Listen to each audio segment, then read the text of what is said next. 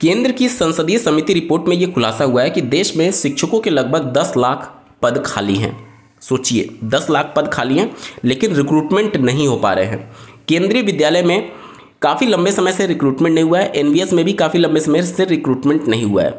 साथ ही साथ यहाँ पर पद तो खाली हैं, बावजूद इसके कॉन्ट्रैक्ट बेस पर टीचर्स को हायर किया जा रहा है, केंद्रीय विद्यालय में भी और एनवीएस में भी। इन सबको लेकर भी चिंता व्यक्त की गई है इस समिति के द्वारा। क्या केवल चिंता ही व्यक्त की जाएगी कि इस पर कार्यवाही भी की जाएगी? आप सोचिए कि केंद्रीय विद्यालय जो केंद्र सरकार के अधीन स्कूल है, वहाँ पर इस समिति ने अपनी रिपोर्ट में ये कहा है कि आप कॉन्ट्रैक्ट बेस पर हायरिंग मत करिए, परमानेंट टीचर की वहाँ पर हायरिंग करिए। इसी तरीके से उत्तर प्रदेश में शिक्षा नीति के लागू होने के बाद से जो कॉन्ट्रैक्ट बेसिस पर ECCE के अंतर्गत जो प्री प्राइमरी में और आंगनबाड़ी में टीचर्स की रिक्रूटमेंट की जा रही है, वो भी कॉन्ट्रैक्ट बेसिस पर किया जा रहा है, 10,000 उनको मासिक वेतन के आधार पर। तो ये सारी चीज़ें खामियां हैं जिसको लेकर के संसदीय समिति ने अपनी रिपोर्ट में ये बातें कही हैं। एक बार जल्दी से देख लेते हैं। देश में स्कूली शिक्षा के शिक्षकों के लगभग 10 लाख पद रिक्त हैं। संसदीय समिति की ताज़ा रिपोर्ट में इसका खुलासा हुआ है। रिक्तियों को भरने के लिए समिति की बार बार की गई सिफारिशों के बावजूद शिक्षकों की संविदा नियुक्तियां की जा रही हैं। संसदीय समिति ने कहा है कि 14.8 लाख विद्यालयों में से भारत सरकार केवल लगभग 3,000 विद्यालयों का ही संचालन करती है। इसमें भी भारत सरकार द्वारा संचालित विद्यालय, केंद्रीय विद्यालय और नवोदय विद्यालय आदि में रिक्तियों का स्तर भी चिंताजनक है। केवी और एनवी में कुल मिलाकर के 30 से 50% रिक्तियां हैं। सोचिए, इतनी ज़्यादा पद रिक्त हैं। ये केंद्र सरकार के अधीन विद्यालय की बात हो रही है, राज्य की तो बात ही छोड़ दीजिए, केंद्र सरकार के अधीन विद्यालय की बात हो रही है।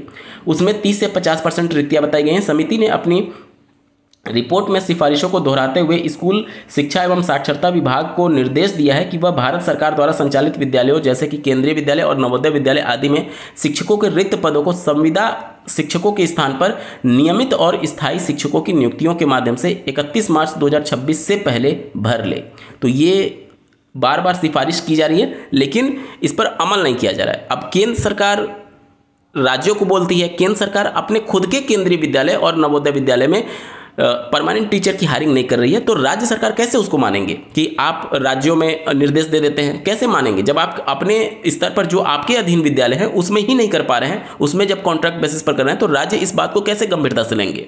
निश्चित तौर पर शिक्षा का स्तर काफ़ी ज़्यादा गिरता चला जा रहा है। चलिए बढ़ते हैं अगली खबर की तरफ। उत्तर प्रदेश में LT ग्रेड शिक्षक भर्ती का मामला माननीय हाईकोर्ट पहुँच चुका है। मामला है कंप्यूटर साइंस विषय से एलिजिबिलिटी को लेकर के। वहाँ पर बीटेक BE मांगा गया है लेकिन CS मांगा गया है, IT को वहाँ पर मान्यता नहीं दी गई है। इसी को लेकर के देख सकते हैं आप, IT से बीटेक छात्रों ने मौका देने के लिए दायर की याचिका। भर्ती से बीटेक IT को बाहर रखने पर विवाद।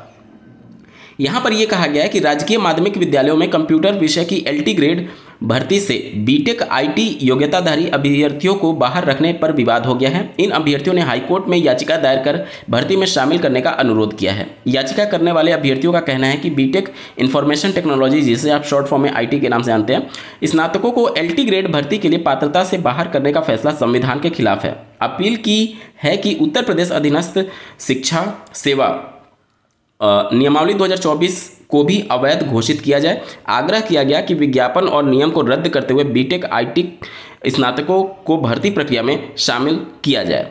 यहाँ पर देख सकते हैं जो ये पद है LT ग्रेड में कंप्यूटर साइंस विषय के लिए TGT की, वहाँ पर जो BEd है वो अनिवार्य नहीं है, क्योंकि इसके पहले जो अंतिम वैकेंसी आई थी 2018 में, उसमें कुल 1673 पद थे कंप्यूटर साइंस विषय के लिए, जिसमें से 1637 पद खाली चले गए।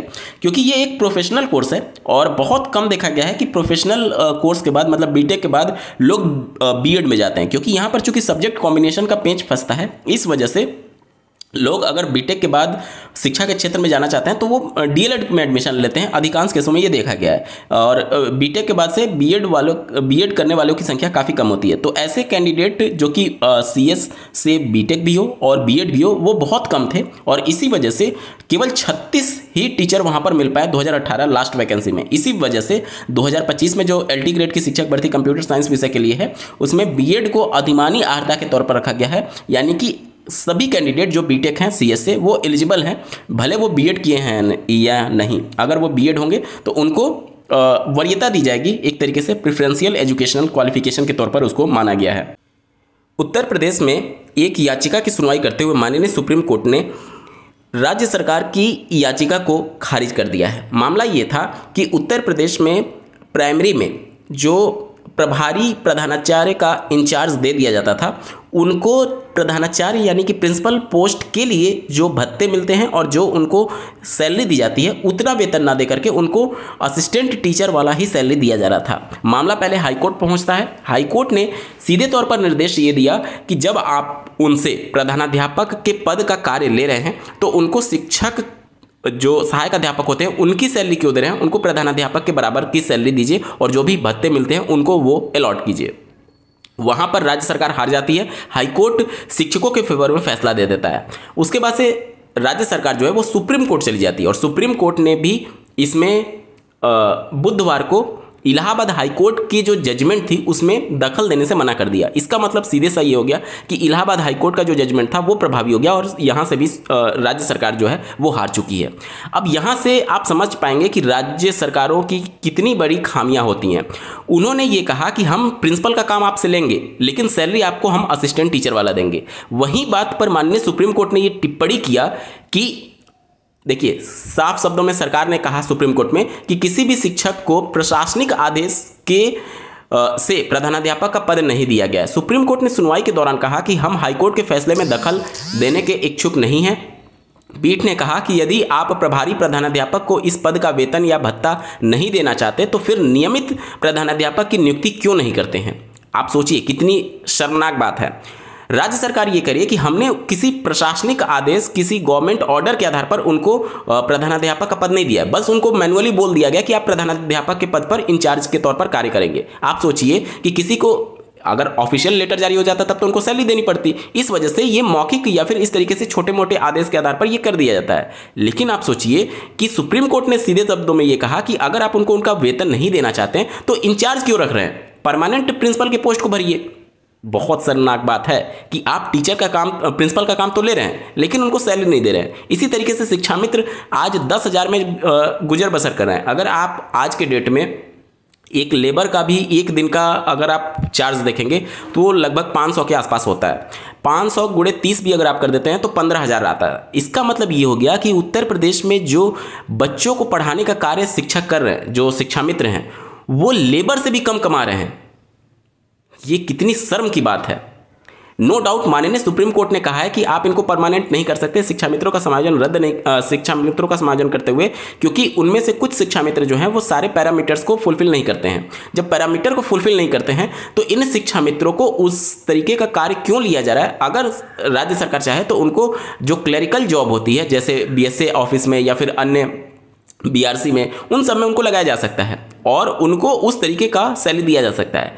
लेकिन 10,000 पर अब आप ये सोचिए कि कुछ उसमें ऐसे भी टीचर हैं जो कि टेट वगैरह क्वालिफाई हैं। अन्य राज्यों में अगर आप देखेंगे तो उनके लिए पॉलिसी बना करके और उनको परमानेंट करने की बात की गई है, क्योंकि राष्ट्रीय शिक्षा नीति में ये बातें मेंशन की गई कि 2022 के बाद से पैरा टीचर का कॉन्सेप्ट नहीं होगा। बावजूद इसके 10,000 पर वो अपना जीवन यापन करने को मजबूर है। मतलब कि एक मजदूर की सैलरी से भी कम उत्तर प्रदेश का शिक्षा मित्र कमा रहा है। और इस तरीके के मामले देखिए, सुप्रीम कोर्ट ने कतई भी ये नहीं कहा कि आप उनको सैलरी मत दीजिए। सुप्रीम कोर्ट ने ये कहा है कि आप उनको परमानेंट नहीं कर सकते। सैलरी चाहे तो राज्य सरकार आज उनकी 25,000 30,000 ऐसे ही बढ़ा सकती है एक गवर्नमेंट ऑर्डर निकाल करके, और हाईकोर्ट या फिर सुप्रीम कोर्ट उसमें अपोज नहीं करेगा, क्योंकि सुप्रीम कोर्ट उस पद पर रखने से मना किया क्योंकि वो एलिजिबल नहीं थे कुछ एक टीचर की वजह से। और वहाँ पर 1,37,000 शिक्षा मित्रों का जब बल्क में समायोजन किया गया, उसमें से कुछ एलिजिबल थे और कुछ एलिजिबल नहीं थे, जिसके आधार पर सुप्रीम कोर्ट ने समायोजन कर रद्द किया था। लेकिन सैलरी बढ़ाने को लेकर के कभी भी हाईकोर्ट या फिर सुप्रीम कोर्ट ने रोक नहीं लगाई है। राज्य सरकार के पावर में है, अगर वो चाहे तो सैलरी बढ़ा सकती है। मतलब कुल मिलाकर के ये है कि हम काम तो पूरा लेंगे लेकिन सैलरी आपको नहीं देंगे, ये वाली बात है। चलिए बढ़ते हैं अगली खबर की तरफ। जैसा कि आपको ज्ञात होगा, देश में OBC के लिए जो आरक्षण दिया जाता है उसमें 2 कैटेगरी बनी हुई है, पहला क्रीमी लेयर और दूसरा non creamy layer. Creamy layer का मतलब कि आप OBC कैटेगरी से बिलोंग तो करते हैं, लेकिन आपके परिवार की सालाना आय अगर 8 लाख से ऊपर है तो आप क्रीमी लेयर में चले जाएंगे, मतलब कि आप आर्थिक रूप से मजबूत हैं और अब आपको ओबीसी का आरक्षण का लाभ नहीं मिलेगा, क्योंकि आप उस कैटेगरी में रहने के बावजूद भी आर्थिक रूप से काफ़ी मजबूत हैं। जबकि एससी एसटी कैटेगरी में आर्थिक तौर पर इस तरीके का कोई भी क्राइटेरिया नहीं बना हुआ है। इसको लेकर के पहले भी माननीय सुप्रीम कोर्ट ने टिप्पणी की थी और उसके बाद से एक नई याचिका सुप्रीम कोर्ट में गई है, जिसे सुप्रीम कोर्ट ने सुनने के लिए स्वीकार कर लिया है। आप स्क्रीन पर देख पा रहे होंगे, एससी एसटी आरक्षण में क्रीमी लेयर लागू करने संबंधी याचिका स्वीकार। यहां पर यह मांग की गई है कि एससी एसटी में जो आरक्षण का लाभ ले रहे हैं वो आर्थिक रूप से संपन्न व्यक्ति ही ले रहे हैं। जो गरीब तबका है जिसके लिए आरक्षण बनाया गया है वहां तक आरक्षण पहुंच ही नहीं पा रहा है। तो यहां पर मांग की गई है कि जिस तरीके से ओबीसी में creamy layer non creamy layer का कॉन्सेप्ट है, उसी तरीके से आर्थिक आधार पर भी यहां पर क्रीमी और नॉन क्रीमी लेयर में डिवाइड कर दिया जाए, ताकि जो आर्थिक रूप से सक्षम हो चुके हैं उनको आरक्षण ना मिले और जो अभी गरीब तबके के एससी के एसटी कैटेगरी के लोग हैं उन तक आरक्षण पहुंच पाए। केंद्र सरकार को नोटिस जारी किया गया है और इस मामले की अगली जो सुनवाई है वो 10 अक्टूबर 2025 को होने जा रही है। तो ये एक बहुत बड़ा मामला है, क्योंकि इस मामले को लेकर के जब भी कोई राज्य सरकार या फिर सुप्रीम कोर्ट आगे बढ़ती है तो इसका काफ़ी विरोध शुरू हो जाता है। अब देखना होगा कि मामला सुप्रीम कोर्ट में है और सुप्रीम कोर्ट ने नोटिस जारी करते हुए केंद्र सरकार को अपना पक्ष रखने के लिए बोला है, तो केंद्र सरकार इस मामले को लेकर के क्या कुछ आगे प्रोसीड करती है। क्योंकि ये जितना मामला आसान दिखता है उतना है नहीं, क्योंकि ये एक राजनीतिक मुद्दा बन जाता है और उसके बाद से चीज़ें थोड़ी सी कॉम्प्लिकेटेड हो जाती हैं। और इस वजह से देखना होगा कि इस बार एससी एसटी में क्रीमी और नॉन क्रीमी कॉन्सेप्ट को लेकर के क्या रुख रहता है केंद्र सरकार का। आज के वीडियो में बस इतना ही। ऐसे ही महत्वपूर्ण अपडेट के लिए इस चैनल को सब्सक्राइब करना ना भूलें। इस वीडियो को देखने के लिए आपका बहुत बहुत धन्यवाद। भगवान करे आपका दिन शुभ हो।